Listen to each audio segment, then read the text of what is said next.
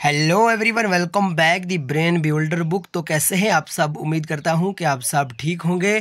Friends, आज की video बहुत ही ज़बरदस्त और शानदार रहने वाली है, क्योंकि आज की इस वीडियो में हम इम्पॉर्टेंट जो एसएससी सीपीओ की भर्ती है इसके बारे में हम डिटेल से जानेंगे। ठीक है, यानी आप सबको पता है, अगर आप जेके एसएसबी की प्रिपरेशन कर रहे हैं तो इसके साथ साथ मेरी यही आपसे सजेशन रहेगी कि आप एसएससी की प्रिपरेशन भी स्टार्ट कर लीजिए। ओके, क्योंकि होता यूँ है कि एसएससी में बहुत सारी वैकेंसीज देखने को मिलती हैं और जेके एसएसबी की तरफ एसएससी कभी भी धोखाधड़ी नहीं करता है।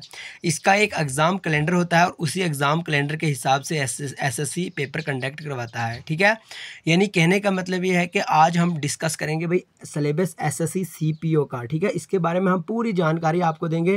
भाई एसएससी सीपीओ होता क्या है, इसकी भर्ती कब आती है, कट ऑफ कितना रहता है, वैकेंसीज कितनी रहती हैं, पोस्ट कौन सी है, सिलेक्शन प्रोसेस क्या है, सैलरी के बारे में और सारा यानी सिलेबस के बारे में भी हम डिटेल से इसमें जानेंगे। कहने का मतलब ये है कि अगर आप एसएससी की प्रिपरेशन करना चाहते हो तो आप ये वीडियो देखने के बाद आपको एसएससी सीपीओ की पूरी इन्फॉर्मेशन मिल जाएगी इस वीडियो के थ्रू।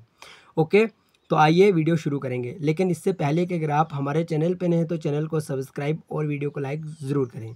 ओके, देखिए फ्रेंड्स, यहाँ पे आज हम डिस्कस करने जा रहे हैं सिलेबस ऑफ एसएससी सीपीओ 2024।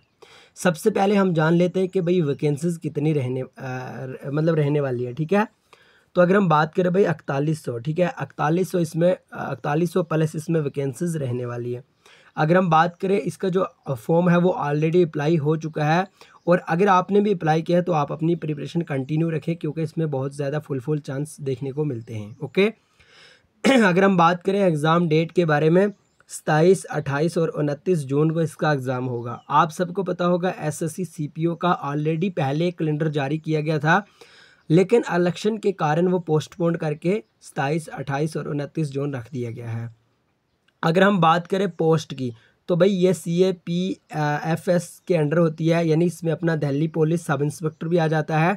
उसके बाद मान लो CISF, ITBP, CRP, BSF, Assam rifle वगैरह वगैरह, ये सारी की सारी इसमें सब इंस्पेक्टर की पोस्ट रहती हैं। ओके भाई, अगर हम सिलेक्शन प्रोसेस के बारे में आपको बताएं तो सबसे पहले आपका होगा पेपर 1, उसके बाद आपका होगा PET PST। ठीक है, यानी फिजिकल स्टैंडर्ड टेस्ट और फिजिकल होगा आपका। ठीक है, और उसके बाद आपका होगा पेपर 2। ठीक है, उसके बाद आपका मेडिकल होगा और फाइनल लिस्ट आएगी और आपका जो नाम है वो सिलेक्शन हो जाएगी, यानी आपकी सिलेक्शन लिस्ट में आपकी नाम देखने को मिलेगा। ओके, उसके बाद अगर हम बात करें सैलरी की तो 35,400 इसकी सैलरी रहती है। ओके, तो दिल्ली पुलिस की अगर हम बात करें भाई एसटी का जो कट ऑफ है, क्योंकि नॉर्मल एसटी का ही कट ऑफ जाता है, सो इसलिए हमने यहाँ पे एसटी का कट ऑफ दिया है।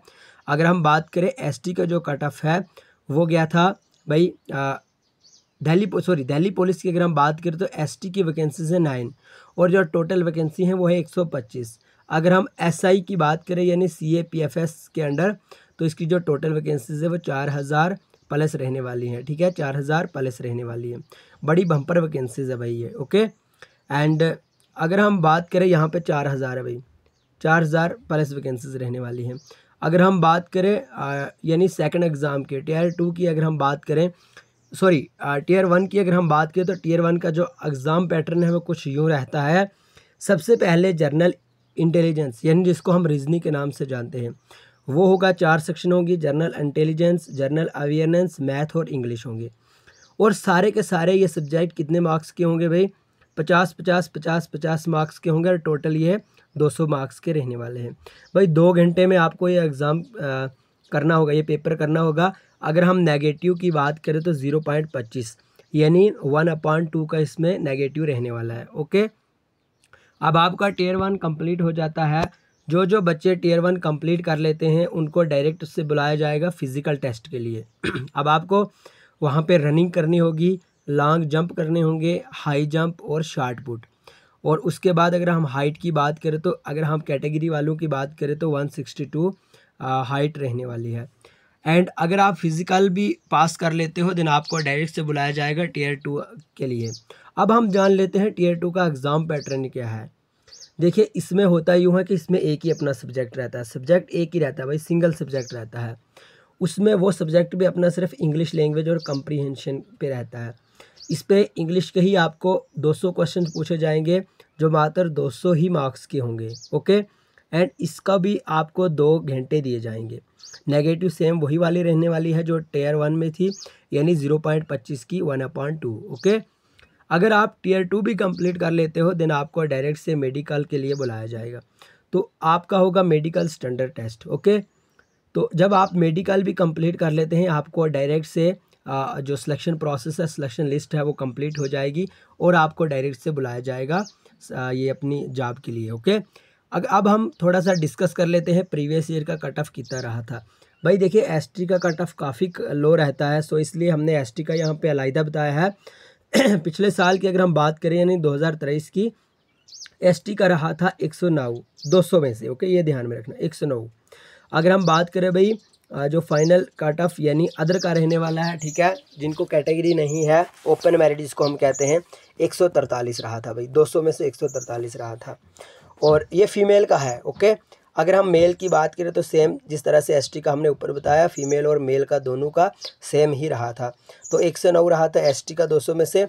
और अगर हम बात करें भाई ओपन वालों की तो 138 यानी फीमेल का काफ़ी ज़्यादा रहा था एज़ कम्पेयर टू मेल।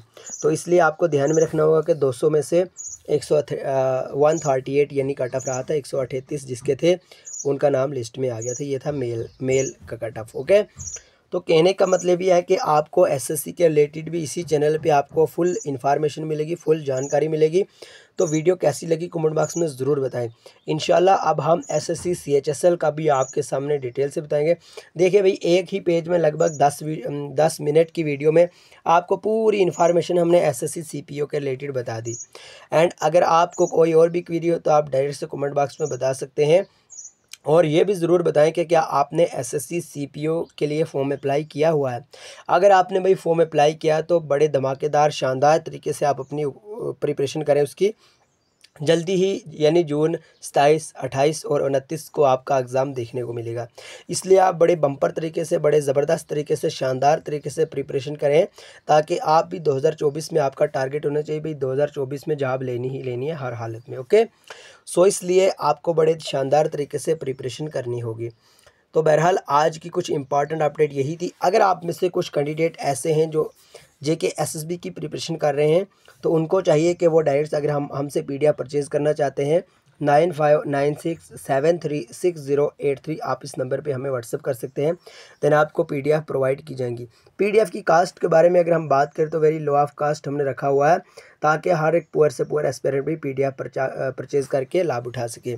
बहरहाल आज की वीडियो इतनी, चैनल को सब्सक्राइब और वीडियो को लाइक ज़रूर करें और वीडियो कैसी लगी कमेंट बॉक्स में ज़रूर बताएं।